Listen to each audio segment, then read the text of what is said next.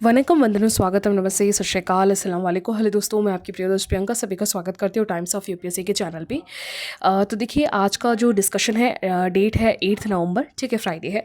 देख लेते हैं कौन कौन से आर्टिकल है। तो देखिए मेजर आर्टिकल आज एक आर्टिकल है कोप पे, क्योंकि आपको पता है कि हमारा जो कोप 29 है, ठीक है, वो बाकू अजरबैजान में होने वाला है। अभी ये 11 नवंबर से 21 नवंबर या 22 तक जो है चलने वाला है, यानी 2-3 दिन में स्टार्ट होने वाला है, ठीक है। तो इसीलिए जो है यहाँ पे राइटर बता रही हैं। एक्चुअली राइटर का ये कहना है कि देखिए जैसे कि अभी 28 में भी जो मेन फोकस किया गया था ना, वो फोकस किया गया था फंडिंग के ऊपर। आपको पता है, मैं थोड़ा सा बैकग्राउंड बता देती हूँ कि 2016 में जब कोप की मीटिंग हुई थी ना, तो उसमें डिसाइड हुआ था कि हम क्लाइमेट फंड करके एक जो है एक ऑर्गेनाइजेशन बनाएंगे, ठीक है, जो फंडिंग का काम करेगी। कौन फंड करेगा इसमें? डेवलप्ड नेशन जो है, स्पेसिफिकली वो जो प्री इंडस्ट्रियलाइजेशन से डेवलपमेंट कर चुके थे, यानी जो इंडस्ट्रियलाइजेशन की वजह से जिन्होंने अपने आप को डेवलप्ड किया कोल का यूज़ करके और भी टेक्नोलॉजीज़ का यूज़ करके, जिसकी वजह से बहुत बड़ा कंट्रीब्यूशन क्लाइमेट चेंज में इन कंट्रीज़ का है, ठीक है। और आज जो नेशंस उभर रही हैं, जिन्हें हम डेवलपिंग नेशंस बोलते हैं, जैसे कि अगर आप ग्लोबल साउथ की बात करो, जैसे इंडिया है, चाइना है, अफ्रीका है, ठीक है, और तो ये सारे नेशंस ऐसे हैं जो अब डेवलप्ड हो रहे हैं। तो ये जो डेवलप्ड नेशन है वो डेवलपिंग नेशंस को फंड करेंगे, ठीक है। ये डिसाइड कब हुआ था? 2016 में, ठीक है। लेकिन उसमें जो है ये डिसाइड हुआ था कि वो हर साल जो है 100 बिलियन देंगे, ठीक है, और 2030 तक दिया जाएगा। लेकिन बात ये है कि अभी तक ना सिर्फ और सिर्फ 2022 ही एक ऐसा साल 16 के बाद जिसमें 100 बिलियन एक साल में दिया गया है पहली बार, ठीक है। उसके अलावा कभी भी जो है ट्रांसफ़र नहीं किया गया 2010 के बाद से, जब से ये क्लाइमेट फंड जो है डिसाइड हुआ था, ठीक है। तो इसी के बारे में राइटर जो है यहाँ पे बताना चाह रही हैं कि कोप 29 में उम्मीद है कि इस बार वापस से ग्लोबल साउथ को जो मेन फंडिंग ज़रूरत है उस चीज़ पर इस बार कोप जो है फोकस करेगा, ठीक है। और सबसे बड़ी बात यहाँ पर उम्मीद कर रहे हैं कि देखिए जब ये फंड डिसाइड हुआ था, टाइम पीरियड था 2010 का, आज 2024 है। सोचे कम से कम 14 ईयर्स हो गए, डेकेड से ज़्यादा टाइम पीरियड हो गया। तो अब 100 बिलियन से तो क्या होगा? तो यहाँ पे जो है राइटर बता रही हैं कि ग्लोबल साउथ को जो है ना, अब ये डेवलप्ड जो नेशंस है ना, इन्हें कम से कम 1 ट्रिलियन जो है हर साल करने की ज़रूरत है, ठीक है। तो यहाँ पे 1 ट्रिलियन जो है ईयर है ना, तो क्योंकि अब जिस हिसाब से टेक्नोलॉजी बढ़ रही है, AI का ज़माना आ गया है, इलेक्ट्रिक व्हीकल्स बढ़ गई हैं, तो सोचिए जो डेवलप्ड नेशन है वो तो ऑलरेडी डेवलप्ड है, उनके पास तो फंड है, वो ईजिली अपने आप को आगे रीच कर लेंगे। लेकिन जो डेवलपिंग नेशंस है, जैसे कि इंडिया है, चाइना है, अफ्रीका है, नेपाल है, भूटान है, मालदीव्स है, बांग्लादेश है, वो नेशंस वो इनके टक्कर में तो नहीं कर सकती ना, क्योंकि ऑलरेडी वो डेवलपिंग है। और उनको फिर आप बोलो कि नहीं, आपको चीप प्राइस में जो कोल मिल रहा है उससे आपको इलेक्ट्रिसिटी नहीं बनानी है ना, क्योंकि क्लाइमेट इंपैक्ट हो रहा है। तो भाई इनके पास ना तो पैसा है कि वो आपकी जैसे हाईफाई टेक्नोलॉजी को अफोर्ड कर सके। तो यहाँ पे जो है डेवलप्ड नेशन जो है, जैसे कि USA है, यूरोपियन यूनियन है, ऑस्ट्रेलिया है, इनकी रिस्पॉन्सिबिलिटी बन जाती है जो डेवलपिंग नेशंस है उनका सपोर्ट करे, ठीक है। तो यहाँ पे राइटर बता रहे हैं कि जैसे अगर आप देखोगे पिछले कुछ साल से जो पुअर ग्लोबल साउथ कंट्रीज हैं, वो नियरली अपने बजट का 40% सिर्फ और सिर्फ उधारी चुकाने में दे रही हैं। किस चीज़ की उधारी?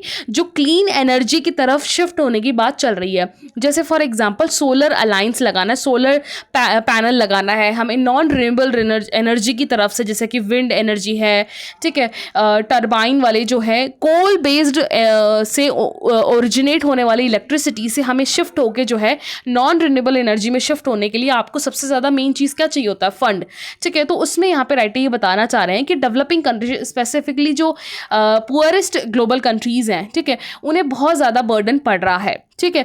तो यहाँ पे राइटर बता रहे हैं कि देखिए, और इस चीज़ का मेन फोकस है क्योंकि इनके पास इंफ्रास्ट्रक्चर भी नहीं है, उनके पास पैसे भी नहीं है। तो यहाँ पे एक एग्जाम्पल बता रही है राइटर, अगर आप एग्जाम्पल लेंगे जर्मनी का, तो देखिए वहाँ पे अगर आप सोलर स्केल पे सोलर का अगर कुछ पैनल या कोई इलेक्ट्रिक व्हीकल या कुछ बनाना चाह रहे हैं ना, तो वहाँ 3 से 4 गुना लोअर प्राइस पे बन जाता है इंडिया के कंपैरेटिवली। क्यों? क्योंकि German is a well developed nation, well technology है, वेल इंफ्रास्ट्रक्चर है इसके पास, ठीक है। लेकिन वही इंडिया डेवलपिंग नेशंस में आता है। इसके अलावा अगर आप सब सहारन अफ्रीका की बात करोगे तो वहाँ तो सिचुएशन और बुरा है, और महंगा होगा। और उन नेशंस को आप बोलो जो सस्ता, जो टिकाऊ या फिर जो सस्ता ऑप्शन है, जैसे कि कोल है इनके पास सस्ता, ठीक है, तो इन जैसे चीज़ों का आप यूज़ मत करो, तो ये नेशंस तो और पीछे होती जाएंगी। राइट तो यहाँ पे राइटर ये बताना चाह रहे हैं कि क्योंकि देखिए क्लाइमेट चेंज का इम्पैक्ट ऐसा तो नहीं है ना कि सिर्फ जर्मन में पड़ेगा, सिर्फ ब्रिटेन में पड़ेगा, सिर्फ यूएसए में पड़ेगा या फिर इंडिया में पड़ेगा। इसका इम्पैक्ट तो ओवरऑल ग्लोबल में पड़ने वाला है। जैसे कि इवन इसके अलावा एग्रीकल्चर के अलावा और भी सेक्टर्स हैं, जैसे फॉर एग्जाम्पल डेवलप्ड नेशंस अगर एग्रीकल्चर सेक्टर्स में इतनी नहीं है तो उन्हें फायर्स फेस करना पड़ रहा है।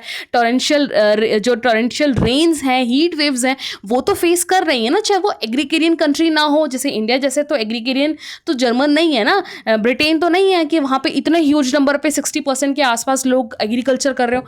लेकिन क्लाइमेट चेंज का इम्पैक्ट तो आपको भी फेस करना पड़ रहा है, फेस अलग तरीके से कर रहे हो, ठीक है। तो इसका मतलब यहाँ पे राइटर जो मेन फोकस कर रहे हैं कि भैया हमें इसमें अनडिजायरेबली जो है यहाँ पे फोकस करने की ज़रूरत है, हमें क्लाइमेट जस्टिस पे फोकस करने की यहाँ पे ज़रूरत है। और जिस तरीके से इस बार यूएन का न्यू कलेक्टिव क्वांटिफाई गोल है कि जो नेशंस ग्रीन हाउस जो एनर्जी है, ग्रीन हाउस गैस जो सबसे ज़्यादा एमिट करती हैं, उनकी इकोनॉमिक में कैपेबिलिटी भी अच्छी है क्योंकि वो अपने डेवलपमेंट के लिए ही जो है सबसे ज़्यादा ग्रीन हाउस एमिट कर रही है, चाहे वो व्हीकल से कर रही हो, चाहे वो फैक्ट्री से कर रही हो।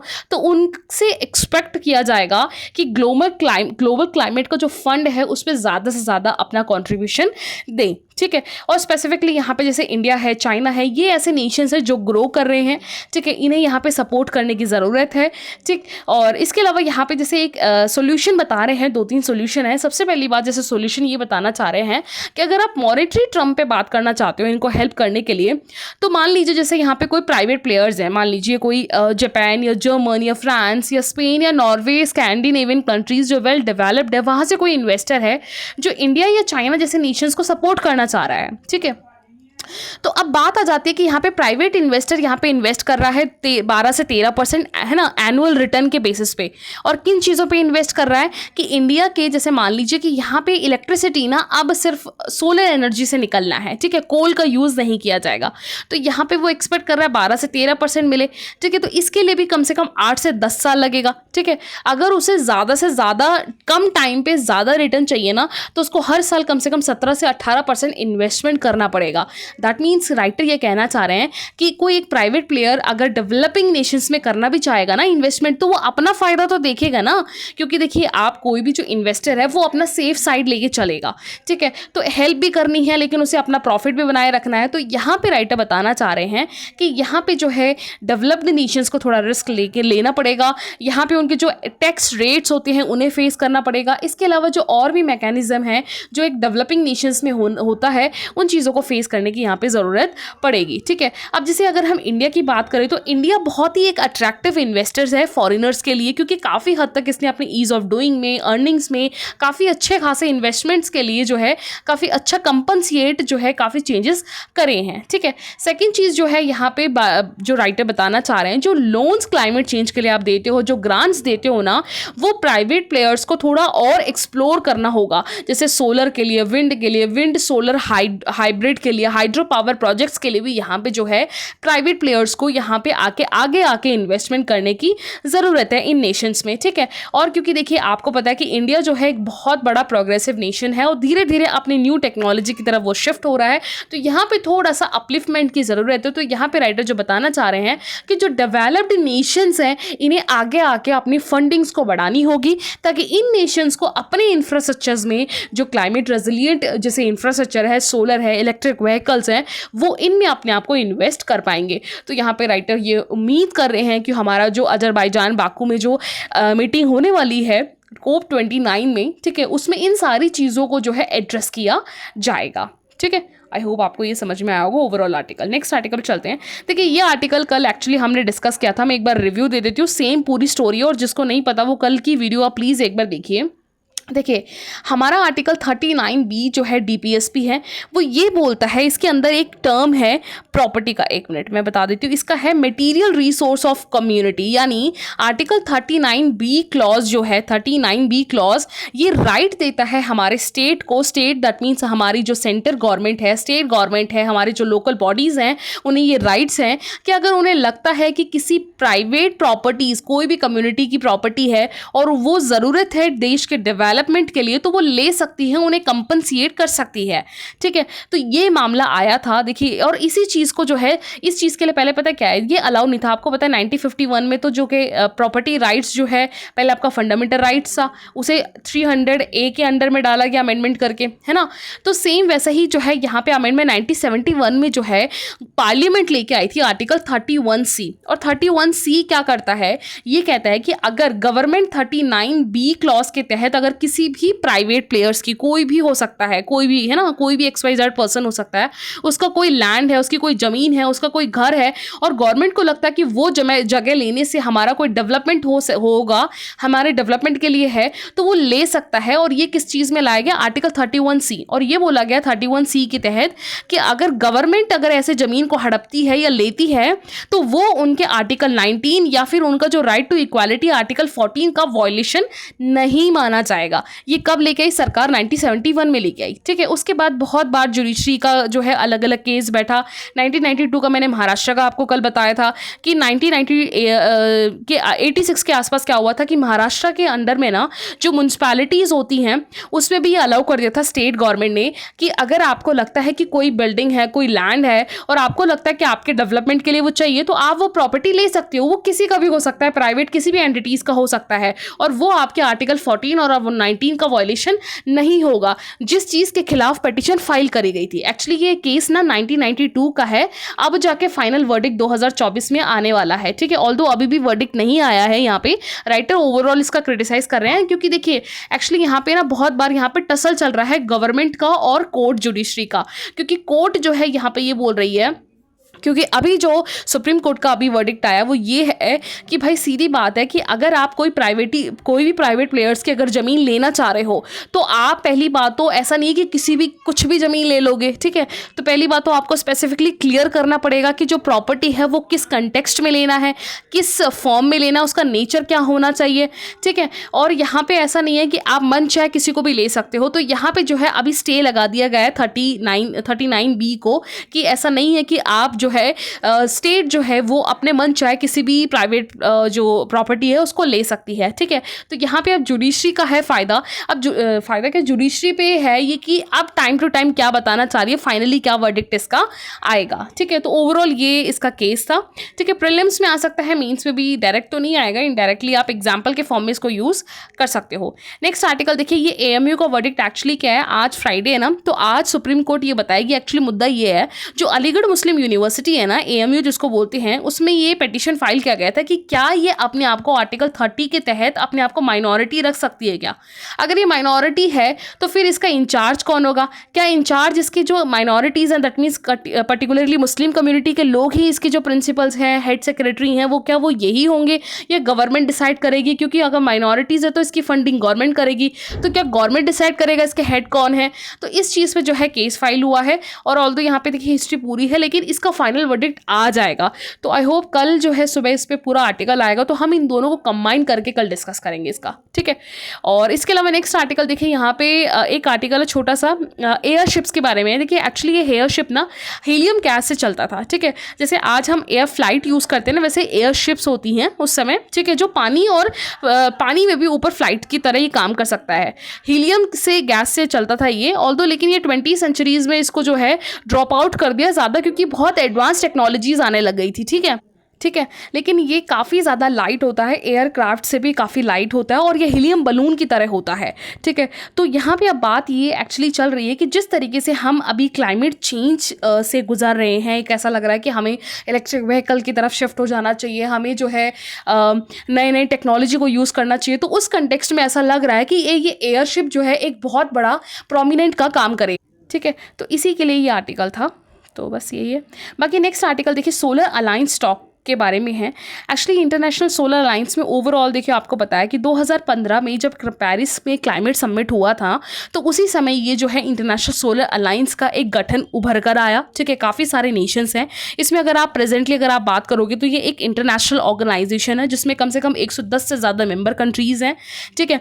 तो यहाँ पे अभी काफ़ी एक डेकेड होने वाला है इसको, इस समिट्स को, और यहाँ पे बने हुए। और अभी जो है ओवरऑल यहाँ पे बताया जा रहा है कि देखिए सबसे ज़्यादा कौन कौन से नेशन से, एक्चुअली पूरे आर्टिकल में सबसे इंपॉर्टेंट पार्ट यही है कि इसमें जो है सबसे ज़्यादा अभी तक जो है इंस्टॉल कैपेसिटी गीगावाट में देखोगे तो पूरे वर्ल्ड में चाइना ने सबसे ज़्यादा 609 गीगावाट जो है अभी तक इंस्टॉल कर लिया है सोलर फुटप्रिंट पे। उसके बाद यूरोपियन यूनियन है, उसके बाद यूरोपियन में भी जर्मन ने बहुत अच्छा अचीव किया है, इसके अलावा यूएस से है, इसके अलावा जापान और जर्मन है, ठीक है।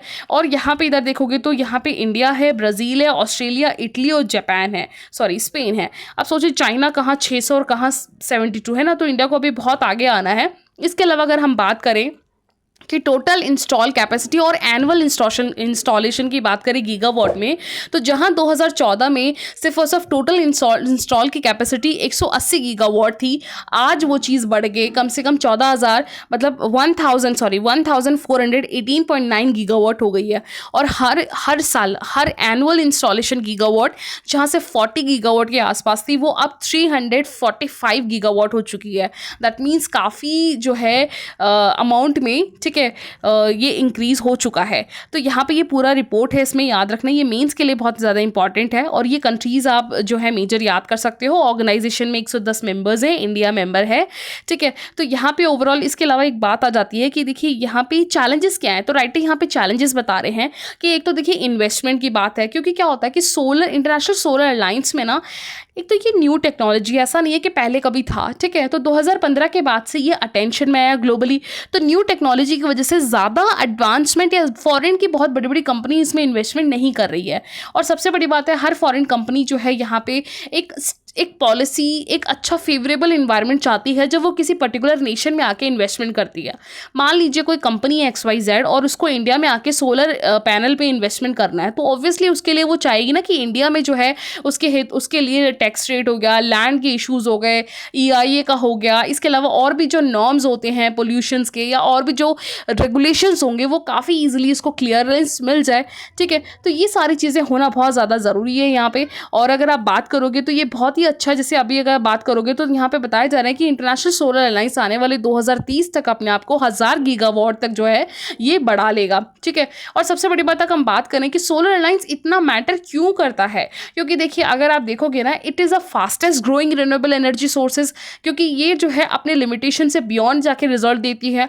और सबसे बड़ी बात वर्ल्ड की सबसे चीपेस्ट सोर्स से ये इजीली अवेलेबल है, क्योंकि सनशाइन जो है अगर अवेलेबल रहेगा तो आप इजीली आप जो है कैप्चर कर पाओगे। और यहाँ पे इसका जो ग्रोथ है ये माना जा रहा है 3 से 15 टाइम्स गुना जो है ये बढ़ जाएगा 2050 तक, ठीक है। और आपका जो टारगेट है 0 एमिट कार्बन, उसको अचीव करना काफ़ी इजी हो जाएगा। इसके अलावा अगर आप चाइना की बात करें तो यहाँ पे सोलर PV कैपेसिटी जो है चाइना ने यहाँ पे अपने मार्केट में 95% इंस्टॉल की कैपेसिटी बना ली है। और इवन आप सोचिए 2% न्यू एडिशनल यहाँ पे अफ्रीका के नेशंस में भी जो है इंस्टॉल करने की बात चल रही है, करा जा रहा है, ताकि जो अभी भी पता है अफ्रीका ऐसा इतना पिछड़ा हुआ है, सोचिए कम से कम 745 मिलियन पीपल ऐसे हैं जिनके पास आज भी इलेक्ट्रिसिटी नहीं है अफ्रीका में, ठीक है। तो उनके लिए ये बहुत बड़ा ऑप्शन हो जाएगा। और 80% ऑफ मैन्युफैक्चरिंग जो अभी कॉन्सेंट्रेशन है ना पूरे ग्लोबली वो सिर्फ और सिर्फ चाइना का है मार्केट में। आप खुद सोचिए ना, देखिए 600 गीगावाट का जो है रेंज है इसके, एवरेज से भी ज़्यादा है इसके पास। और अगर हम इंडिया की बात करें तो 70+ है और इंडिया जो है अब अपने आप को और आगे बढ़ा रहा है।